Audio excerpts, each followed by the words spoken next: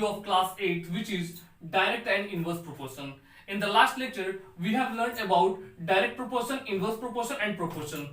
So today in this lecture, we will cover some different type of question based on this chapter. So without taking any moments, let's start.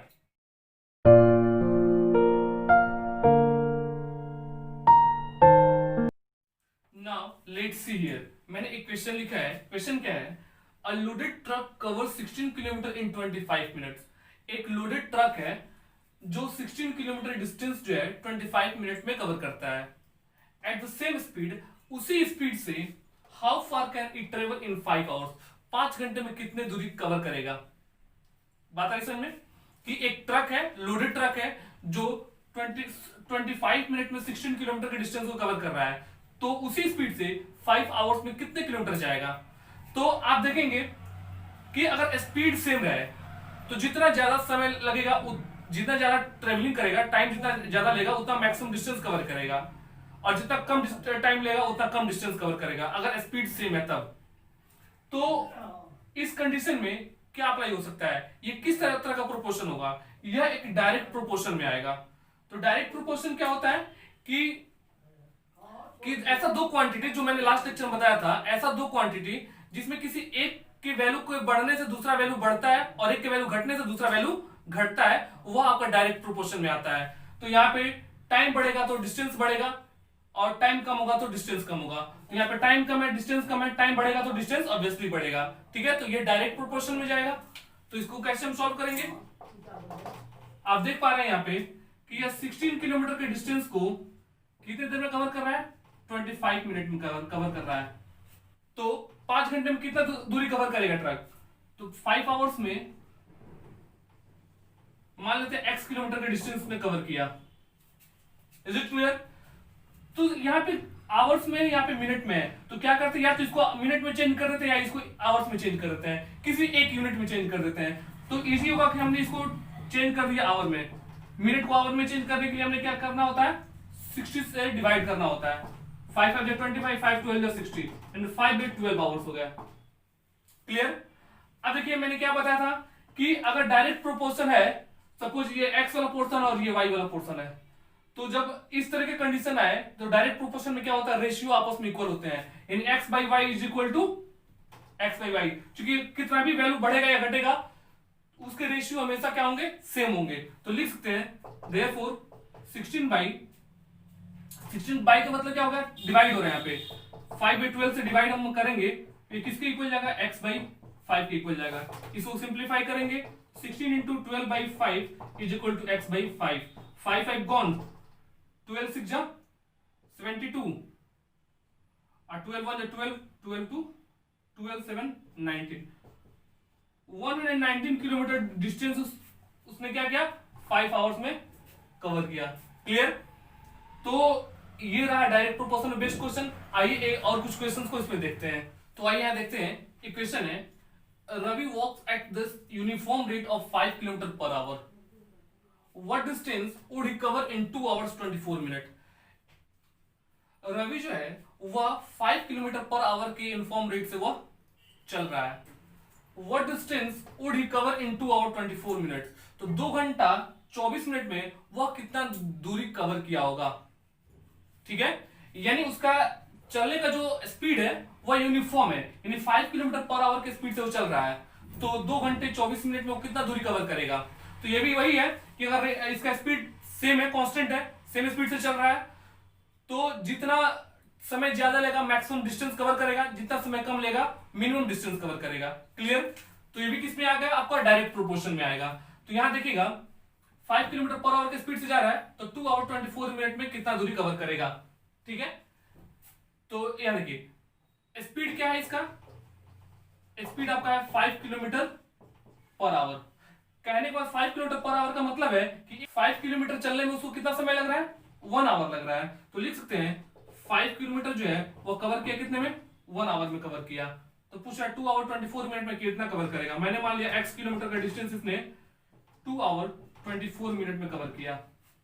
Clear. अब क्या करते हैं, इस total को our में change कर देते हैं, या इस टोटल को मिनट में, इसको मिनट में चेंज करते हैं. किसी सेम यूनिट में करना होता है.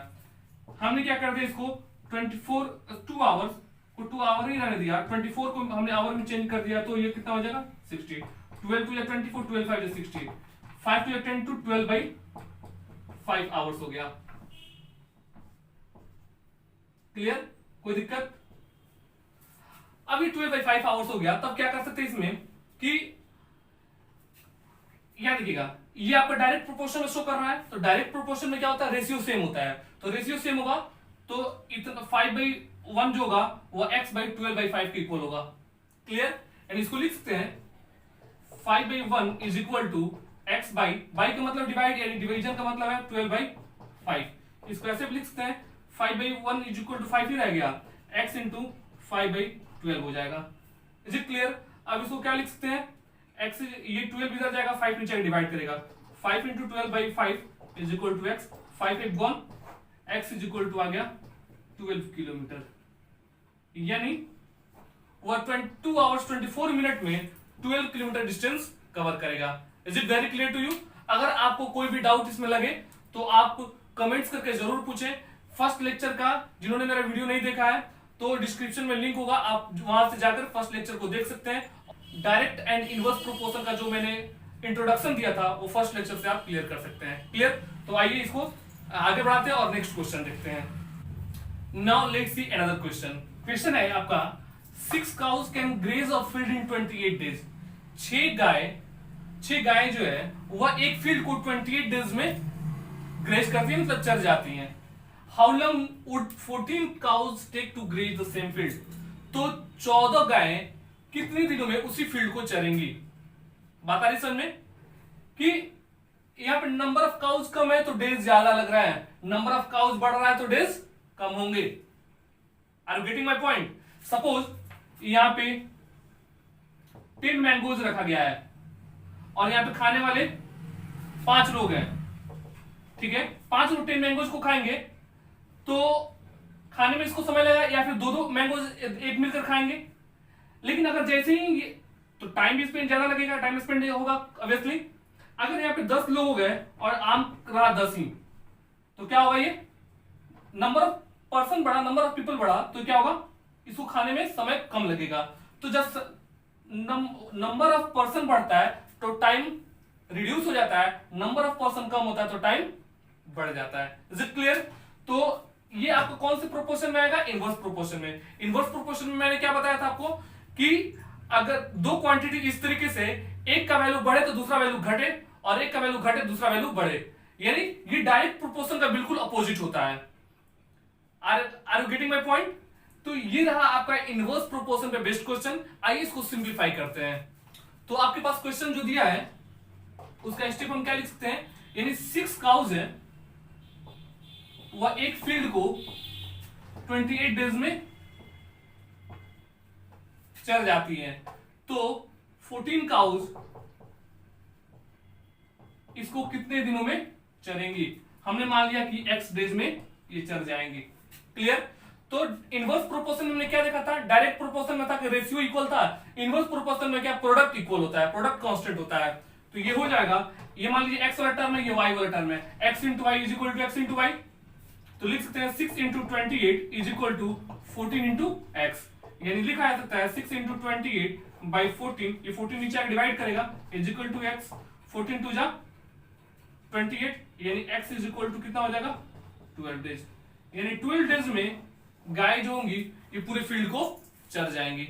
Is it clear? तो ये रहा आपका इनवर्स प्रोपोर्शन में बेस्ड क्वेश्चन। आइए एक और क्वेश्चन को देखते हैं। आइए इस क्वेश्चन को देखते हैं। ये क्वेश्चन क्या कह रहा है, अ garrison of 900 men had provisions for 42 days। एक सैनिकों का रहने का जगह है जहां पे 900 सैनिकों के लिए 42 दिन का खाने का व्यवस्था है, ठीक है। अगर 500 सैनिक वहां पे और पहुंच जाते हैं, for how many days will the food last now. अब भोजन कितने दिनों तक चलेगा। तो यहां देखिएगा, पहले 900 लोग थे तो भोजन 42 डेज के लिए था, अब उसमें 500 लोग और आज ज्यादा बढ़ जाएंगे तो भोजन कितने दिन लास्ट करेगा। यानी जब लोग बढ़ेंगे भोजन तो वही फिक्स रहा है, लेकिन जैसे नंबर ऑफ पर्सन कम है तो डेज ज्यादा चलेंगे, यानी समय ज्यादा लगेगा। लेकिन जैसे नंबर ऑफ पर्सन बढ़ जाएंगे तो डेज क्या हो जाएगा, कम हो जाएगा। इसका मतलब ये किस में आएगा, इनवर्स प्रोपोर्शन में आएगा। तो इसको कैसे हम देख सकते हैं कि 900 मेन है, इनके लिए 42 डेज का प्रोविजन है। अब इसमें क्या होता है, 500 लोग और आ जाते हैं, तो 900 तो पहले से ही है, 500 और आ जाएंगे, कितने हो जाएंगे 900 और 500 1400 में कितने दिन तक भोजन करेंगे, हमने मान लिया x डेज तक भोजन करेंगे। दोनों का प्रोडक्ट आपस में क्या होगा, इक्वल होगा, तो लिख सकते हैं 900 into 42 is equal to 1400 into X. तब ये हो जाएगा 1400 इधर आ जाएगा, 900 into 42 by 1400 is equal to X. 2020 कौन, 14 3 जा 42, यानी 27 डेज तक चलेगा भोजन, जब टोटल 1400 पर्सन होंगे। क्लियर? तो ये चैप्टर आपका बिल्कुल क्रिस्टल क्लियर होगा। मैंने बहुत अच्छे से एक एक स्टेप्स को बताया। इस पे बेस्ड जो भी एक्सरसाइजेस आपके बुक में दिए गए हैं, आप उन एक्सरसाइजों को बनाइए। जो भी उसमें डाउट्स आपको आए वो आप कमेंट्स करके जरूर पूछें। कुछ बच्चों का कमेंट्स आ रहा है, सर सुडोक्यू पे वीडियो बनाइए, रीजनिंग पे वीडियो बनाइए। तो मैं अभी थोड़ा सा टाइम लगेगा, मैं उन पे सब पे वीडियो बनाऊंगा, लेकिन अभी जो हमारा सिलेबस बेस्ड एक्सरसाइजेज हैं उसको कवर कर लिया जाए। आप इंतजार करें, जरूर वीडियो बनेगा और आप देखेंगे उसको। तब तक के लिए ये सारे वीडियो जो मैंने प्रीवियस लेक्चर्स के, प्रीवियस चैप्टर्स के जो वीडियो बनाए हैं उसके आप जाकर अच्छे से देखें। और जो भी आपको किसी भी पर्टिकुलर वीडियोज और पर्टिकुलर लेक्चर में आपको डाउट लगे तो आप कमेंट्स करके जरूर पूछें। तब तक के लिए stay home, stay safe and take care of yourself.